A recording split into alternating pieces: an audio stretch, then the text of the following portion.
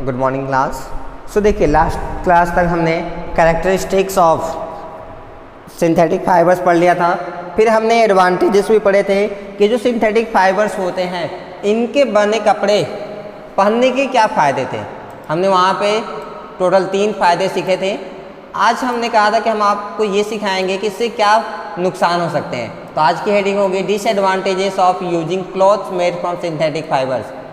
अब क्योंकि हमने फ़ायदे पढ़ लिए तब हम ये भी डिस्कस करने जा रहे हैं कि अगर हम सिंथेटिक फाइबर्स के बने हुए कपड़े ही पहनते हैं तो क्या मुझे उससे कोई नुकसान हो सकता है, अगर हाँ तो कैसे नुकसान हो सकते हैं, इसी को आज हम डिस्कस करने जा रहे हैं। पहला, synthetic fibres do not absorb water और स्वेट। ये बात तो बिल्कुल सही है, इसीलिए ये जल्दी सूख भी जाते हैं। हाँ, लेकिन इससे नुकसान है। आप गर्मी के दिनों में आप इनको नहीं पहन सकते। क्यों? क्योंकि गर्मी के दिनों में हमें पसीना होता है। आप सोचिए कि हमारा पसीना जब तक कपड़े में नहीं सूखेगा तब तो फिर हमें बार बार नहाना पड़ेगा या फिर हमारे बॉडी से स्मेल आने लगेगी। तो ऐसे केस में क्या हम सिंथेटिक फाइबर्स के बने हुए कपड़े पहन सकते हैं? तो जवाब है बिल्कुल नहीं। आपने एक चीज़ हमेशा सुना होगा या फिर बचपन की क्लासेस में हमेशा से पढ़ते रहा है आपने कि हम विंटर डेज में वुलन क्लॉथ्स और समर डेज में कॉटन क्लॉथ्स पहनते हैं। आपने कभी सोचा ऐसा क्यों? इसका बहुत ही सिंपल सा रीज़न होता है क्योंकि cotton clothes are good absorbers of sweat. वो पानी या पसीने को आराम से वो सोख लेते हैं, एब्जॉर्ब कर लेते हैं, जिससे कि हमें थोड़ी सी रिलैक्स फील होती है और हमें बार बार बात करने की ज़रूरत नहीं पड़ती है। आगे दिया है in hot and humid weather, यानी कि गर्मी के दिनों में या फिर बरसात के बाद जब धूप होती है ऐसे मौसम में, therefore the clothes made of synthetic fibres stick to the body. अब क्योंकि पसीने होंगे तो पसीने का पानी सूखता नहीं है, तो वो क्या होता है, ये जो कपड़े होंगे वो चिपक जाते हैं एंड मेक द वेयरर अनकंफर्टेबल। और जो हम कपड़े पहने रहते हैं ना, वो कपड़ा हमको कंफर्टेबल नहीं लगता है, यानी हमारे लिए वो प्रॉब्लम क्रिएट करने लगता है। तो ये तो रहेगी पहली नुकसान। Second, synthetic fibres melt and burn easily. यहाँ तक आप नोट करेंगे। ये जो सिंथेटिक फाइबर्स होते हैं यानी कि जो मैनमेड फाइबर्स होते हैं वो आराम से जल जाते हैं, यानी जल्दी जलने की टेंडेंसी होती है और वो मेल्ट होते हैं, पिघल जाते हैं जैसे कि प्लास्टिक होती है। Synthetic fibres on burning shrink forming beads which stick to the skin. अब ये जो सिंथेटिक फाइबर्स होते हैं, अगर कभी आप सिंथेटिक का कपड़ा पहन के किचन में काम कर रहे हैं और किसी वजह से आप थोड़े से भी जल जाए या फिर गैस स्टोव के ज़्यादा पास चले जाए तो आपका कपड़ा क्या होगा, बिना जले ही वो सिकुड़ने लगेगा और आपके बॉडी के स्किन पे चिपक जाएगा, जिससे छाले पड़ सकते हैं। Therefore, it is not advisable to use clothes made from synthetic fibers while working near flame fire such as in kitchen। इसीलिए ये चीज़ कहा जाता है कि आप कभी भी घर पे अगर किचन में काम कर रहे हैं या फिर कोई ऐसा काम कर रहे हैं जिसमें आसपास हीट होने के चांसेस बहुत ज़्यादा होती हैं, तो उस केस में आप बिल्कुल सिंथेटिक फाइबर्स के बने हुए कपड़े ना पहने। क्लियर है? ये चीज़ आपका लैब में भी लागू होता है। अभी तो नहीं, जब आप लोग काफ़ी हायर क्लासेस में जाएंगे तो वहाँ जब लैब कराई जाती है तो वहाँ पे ये चीज़ कही जाती है कि आपको सिंथेटिक फाइबर से बने जितने भी कपड़े हैं उनको पहनकर लैब में नहीं जाना है, क्योंकि लैब में भी हम एक्सपेरिमेंट करते हैं तो वहाँ से कई बार बहुत ज़्यादा हीट निकलती है। तो अगर ये सिंथेटिक फाइबर्स होगा तो आपको जलने के चांसेस बहुत ज़्यादा हो जाएंगे। तो चलिए सेकेंड नुकसान भी आपने देख लिया। Third, synthetic fibres are non biodegradable. हाँ, मैंने स्टार्टिंग में इस वर्ड को एक्सप्लेन किया था कि बायोडिग्रेडेबल क्या होते हैं और नॉन बायोडिग्रेडेबल क्या होते हैं। देखिए, बायोडिग्रेडेबल वो सब्सटेंस होते हैं जो कि आसानी से इंसेक्ट्स की हेल्प से वो टूट जाते हैं छोटे छोटे पार्ट्स में और फिर लैंड में मिक्स हो जाते हैं, यानी कि हमारे लैंड को पॉल्यूट बिल्कुल कम करते हैं। जबकि वहीं पे कुछ ऐसे भी सब्सटेंस होते हैं जो कि काफ़ी लंबे टाइम तक वैसे बने रहते हैं और वो बिल्कुल डिस्ट्रॉय नहीं होते। इसका मतलब हाँ, अगर वो डिस्ट्रॉय नहीं हुए तो वो क्या करेंगे, लंबे टाइम तक हमारे लैंड को पॉल्यूट करते रहते हैं। क्लियर है? चलिए, तो हम क्या कर सकते हैं कि synthetic fibres are non biodegradable. तो बताइए, सिंथेटिक फाइबर्स नॉन बायोडिग्रेडेबल है तो ये आसानी से डिस्ट्रॉय होंगे या नहीं?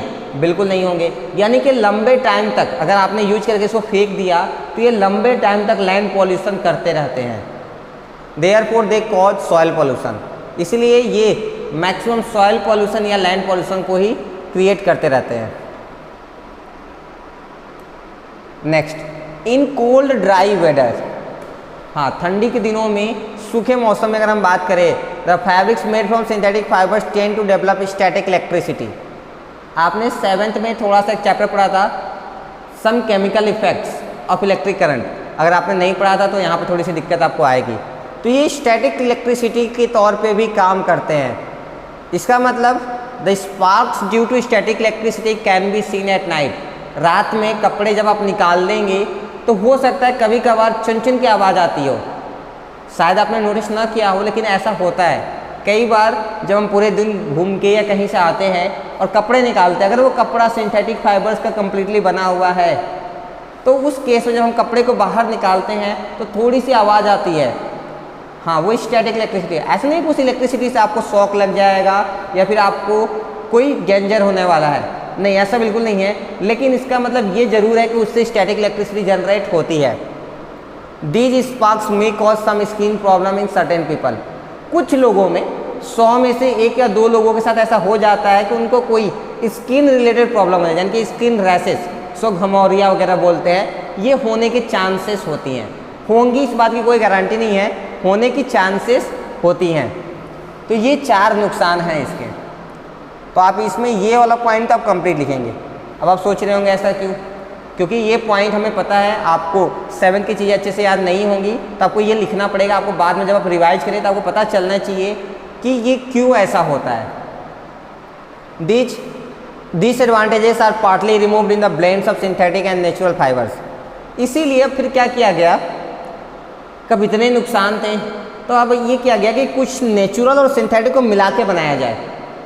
यानी कि नेचुरल के कुछ फ़ायदे हो जाएंगे, सिंथेटिक के कुछ फ़ायदे हो जाएंगे, और जो सिंथेटिक के थोड़े से डिसएडवांटेजेस ज़्यादा हैं वो और कम हो जाएंगे। इसीलिए अब हम इनका मिक्सचर यूज करते हैं, जिसको हम क्या बोलते हैं, टेरिकॉट या टेरी वूल बोलते हैं। Fibres such as polyester and cotton blends commonly called terrycot. जैसे कि पॉलिस्टर और कॉटन के मिक्सचर को हम क्या कहते हैं, टेरिकॉट। पॉलिस्टर में क्या क्या आते थे, हाँ टेरिलीन, टेरीन, डेक्रोन सब आते हैं ना, पॉलिस्टर के एग्जाम्पल हैं। तो देखिए जब टेरिलीन और कॉटन को मिलाते हैं तो क्या बनता है, टेरिकॉट। यानी कि टेरिकॉट का कपड़ा ज़्यादा बेहतर है, किससे, सिंथेटिक फाइबर्स के बने हुए कपड़ों से। तो डिसएडवांटेजेस तो हमने देख लिया, ठीक है। Now we are going to discuss, so now we know. अब तक हमने क्या सीख लिया है, अब हम उसको डिस्कस करने जा रहे हैं। देखिए this is our first point, a fibre is a thread like material. जो हमारा फाइबर होता है ना, बिल्कुल धागे की तरह दिखने वाला मटेरियल होता है, जो कि लंबा और एकदम पतला होगा। दूसरा, rayon, nylon, terylene and acrylic are synthetic fibres. ये सब क्या है, सिंथेटिक फाइबर्स के एग्जाम्पल हैं। Rayon is prepared from cellulose. ये जो रेयॉन है ये किससे बनाया जाता है, सेलुलोज से। और सेलुलोज हमें कहाँ से मिलता है, ट्री से। Next one is nylon is very strong. Nylon काफ़ी स्ट्रॉन्ग होता है। इलास्टिक, यानी कि अगर आप उसको खींचे तो थोड़ा सा बढ़ता भी है। जैसे हमने कहा था कि बहुत सारे जीन्स जो होती है वो स्ट्रेचेबल आती है। जैसे कि अब मेरा शर्ट है, अगर मैं इसको खींचूँ तो ये नहीं बढ़ेगा, ये इसकी लिमिट है कि वो इतना ही रहेगा, ये इससे बढ़ नहीं सकता। लेकिन ऐसे बहुत सारी जीन्स होंगी जिसको अगर आप खींचें तो वो थोड़ा सा एक्सपैंड करती हैं, यानी कि वो किससे बनी होंगी, सिंथेटिक फाइबर से बनी होंगी, या सिंथेटिक फाइबर के मिक्सचर वाले फैब्रिक की बनी होंगी। कर सकते हैं। रिंकल, यानी कि इसमें सिकुड़न नहीं आता। एंड एब्रेशन रेजिस्टेंट, और ये खराब जल्दी नहीं होते। Next one is terylene, dacron and terene. These are the examples of polyester fibre. अगर हम ये पॉलिस्टर फाइबर के एग्जाम्पल की बात करें तो कौन कौन से आप एग्जाम्पल दे सकते हैं, टेरिलीन दे सकते हैं, डेक्रोन दे सकते हैं, या टेरीन दे सकते हैं। Next one is acrylic fibre has a feel similar to that of wool. अगर आप एक्रिलिक की बात करें, हम लोग तो पिछले क्लास में थोड़ा सा डिस्कस किए थे और उससे पिछले क्लास में पूरा, एक्रिलिक फाइबर बिल्कुल ऊल की तरह ही होता है। उसकी पूरी काम भी उसी तरह होते हैं लेकिन अंतर ये है कि ये नेचुरल नहीं होता, ये मैनमेड होता है, जबकि ऊल नेचुरल होता है। फिर हमने ये डिफरेंस भी देखा था कि एक्रिलिक सस्ता होता है, ऊल महंगा होता है, इसलिए एक्रिलिक के कपड़े भी सस्ते होते हैं। Next one is synthetic fibres do not shrink, they are quick drying and need very little or no ironing and they last longer. ये जो सिंथेटिक फाइबर से बने हुए कपड़े होते हैं वो सिकुड़ते नहीं हैं। दूसरी बात, ये जल्दी सूख जाते हैं क्योंकि पानी कम एब्जॉर्ब करते हैं, इनको आयरन करने की ज़रूरत नहीं पड़ती है और ये काफ़ी लंबे समय तक भी चलते हैं। The clothes made from synthetic fibres do not absorb water and are not comfortable during hot and humid weather. ये जो कपड़े होंगे सिंथेटिक फाइबर्स के, प्योर सिंथेटिक फाइबर्स के बने हुए कपड़े हमें गर्मियों के दिन में कंफर्टेबल नहीं होते हैं। क्यों नहीं होते हैं? क्योंकि गर्मियों के दिन में पसीना होता है और ये पसीने और पानी जैसे चीज़ों को एब्जॉर्ब नहीं कर पाते हैं। तो क्या होगा फिर, पसीने की वजह से जो कपड़ा हमारा ऐसा भी थोड़ा सा फील दिख रहा है ना, ये चिपका नहीं है, ये क्या होगा, चिपक जाएगा मेरे बॉडी से, जो कि अच्छा नहीं लगेगा।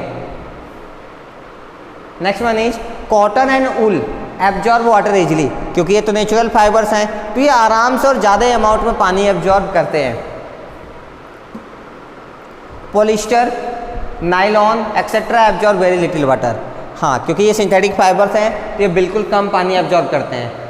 Last point is cotton Burns vigorously.